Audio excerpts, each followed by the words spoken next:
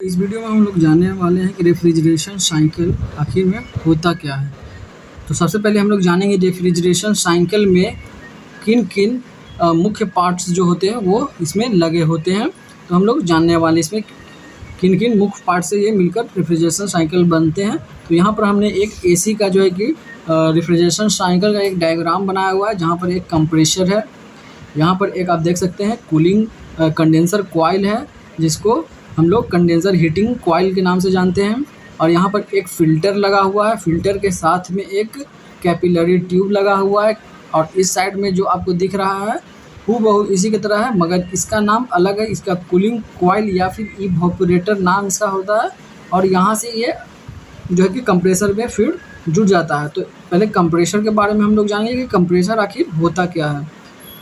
तो कंप्रेसर का मुख्य जो काम होता है, सक्शन लाइन के द्वारा जो इसमें रेफ्रिजरेंट भरा हुआ होता है, सक्शन लाइन के द्वारा रेफ्रिजरेंट को ये लो प्रेशर और लो टेम्परेचर में ये खींचता है, और डिस्चार्ज लाइन के द्वारा ये हाई प्रेशर और हाई टेम्परेचर में इसको आगे की ओर प्रेस करता है। और यहाँ पर इसका टेम्परेचर लगभग 80 डिग्री से 90 डिग्री तक हो जाता है, जो कि ये जब लो प्रेशर लो टेम्परेचर का ये रेफ्रिजरेंट को सक करता है तो उस समय इसका टेम्परेचर 10 से 15 डिग्री ही मात्र होता है।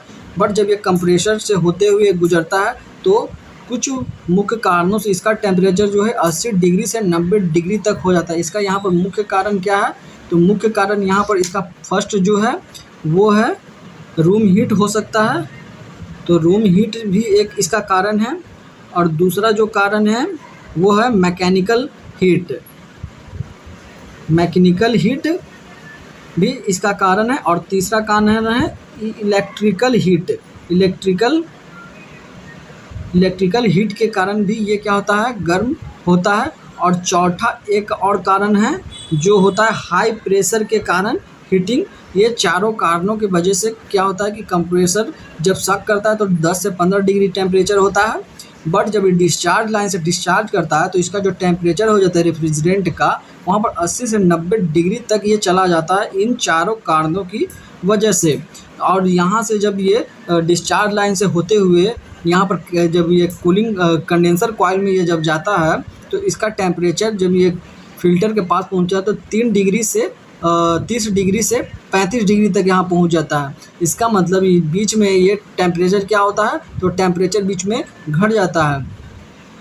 तो जो ये कंडेंसर कॉइल है इससे हमको क्या पता कि कंडेंसर कॉइल का जो कार्य है वह यहाँ पर इसका कार्य है कि ये जो है हीट को रिजेक्ट करने का काम करता है। और यहाँ से हमारा जो रेफ्रिजरेंट निकला वो वेपर के फॉर्म में निकला। क्या निकला? वेपर के फॉर्म में निकला। और जैसे ही ये फ़िल्टर तक पहुँचा तो यहाँ पर आकर ये जो है लिक्विड के फॉर्म में कन्वर्ट हो गया।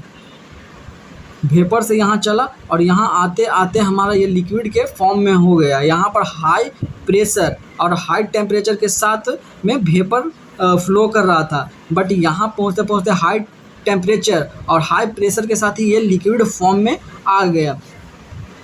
और यही जब यहाँ से आता है फ़िल्टर में, तो ये फ़िल्टर का काम क्या है, तो यहाँ इसमें जो रेफ्रिजरेंट इसके सहारे जो बह रहा है, इसमें जो फ़्लो हो रहा है, वो रेफ्रिजरेंट को ये जो फ़िल्टर है इसको क्या करता है, तो उसको ये फ़िल्टर करने का काम करता है यहाँ पर। क्योंकि अगर रेफ्रिजरेंट में कुछ कचरा वचरा भरा हुआ है तो उसको यहाँ पर फ़िल्टर करेगा।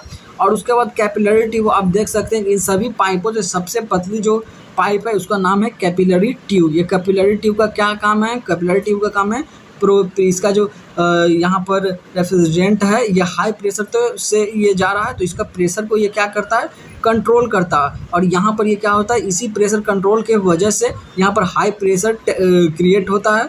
और ये यहाँ से जब गैस फॉर्म में था ये यहाँ आकर एक जगह जमा हो जाता है, जिसके कारण वो लिक्विड फॉर्म में यहाँ पर हो जाता है। उसके बाद क्या होता है कि यहाँ से जो रेफ्रिजरेंट निकलता है वहाँ पर कैपिलरी यहाँ से तो ज़्यादा मात्रा में निकल रहा है, कैपिलरी ट्यूब के माध्यम से ये थोड़ा थोड़ा निकल रहा है। इसी वजह से क्या होता है कि जब ये हमारा कूलिंग कंडेंसर में आता है तो इसमें रेफ्रिजरेंट जो है सभी तरह फैलने लगता है, जिस वजह से ये फिर लिक्विड फॉर्म से ही यहाँ पर हाई प्रेशर जो कि था यहाँ आते आते ये लो प्रेशर हो जाता है, उसका टेम्परेचर 12 से 15 डिग्री हो जाता है। और ये जो है इवेपोरेटर या फिर कूलिंग कंडेंसर में आते आते इसका टेम्परेचर 3 डिग्री से 5 डिग्री हो जाता है। और ये जो रेफ्रिजरेंट है यहाँ कूलिंग कंडेंसर में आते आते उसका फॉर्म चेंज होकर लिक्विड से फिर से वो गैस फॉर्म में आ जाता है। और उसके बाद वो जो है हमारे रूम के टेम्परेचर, जब फ़ैन चलता है तो रूम का जो हवा है वो इससे टकराता है, तो उस कुछ जो है कि इससे टकराता है तो इसका जो कूलिंग है वो हवा में मिल जाता है, तो जिसकी वजह से हमको क्या लगता है, ठंडा लगने लगता है।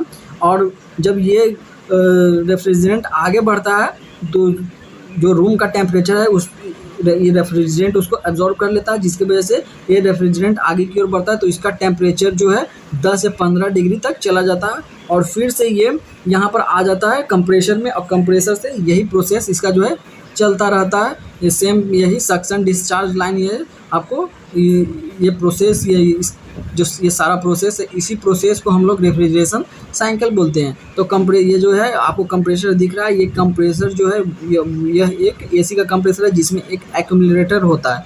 इस एक्यूमुलेटर का क्या काम है, तो एक्यूमुलेटर का काम है कि जब यहाँ से हमारा रेफ्रिजरेंट आ रहा है तो रेफ्रिजरेंट को ये क्या करता है, इस सभी दिशा में फैलाता है, जिस वजह से रेफ्रिजरेंट जो है गैस फॉर्म में है। अगर इसमें थोड़ा सा नमी है या फिर कुछ लिक्विड फॉर्म में अगर आ जाता है तो उसको क्या करता है, ये इधर सभी जगह फैला देता है, फैल जाता है, जिसकी वजह से क्या होता है, ये पूरी तरह से गैस फॉर्म में आ जाता है। और फिर कंप्रेसर से ये कंप्रेसर इसको खींच लेता है और फिर इसको डिस्चार्ज कर जो है कि कंडेंसर कॉइल में भेज देता है। और इसी तरह से ये रेफ्रिजरेशन साइकिल की प्रक्रिया पूरी हो जाती है।